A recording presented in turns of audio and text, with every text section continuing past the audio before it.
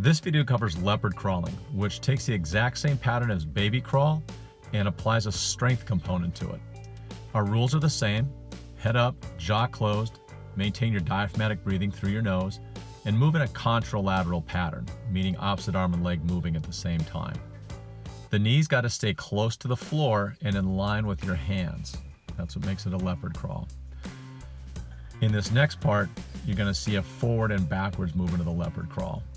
Notice that the hands and the knees are in line, the head is held up, and we're moving in a nice smooth pattern.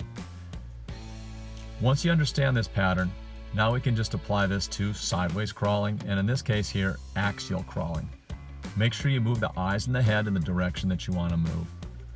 If you have any questions on this or other things related to original strength, send me an email or check me out on the World Wide Web at www.markshropshire.com.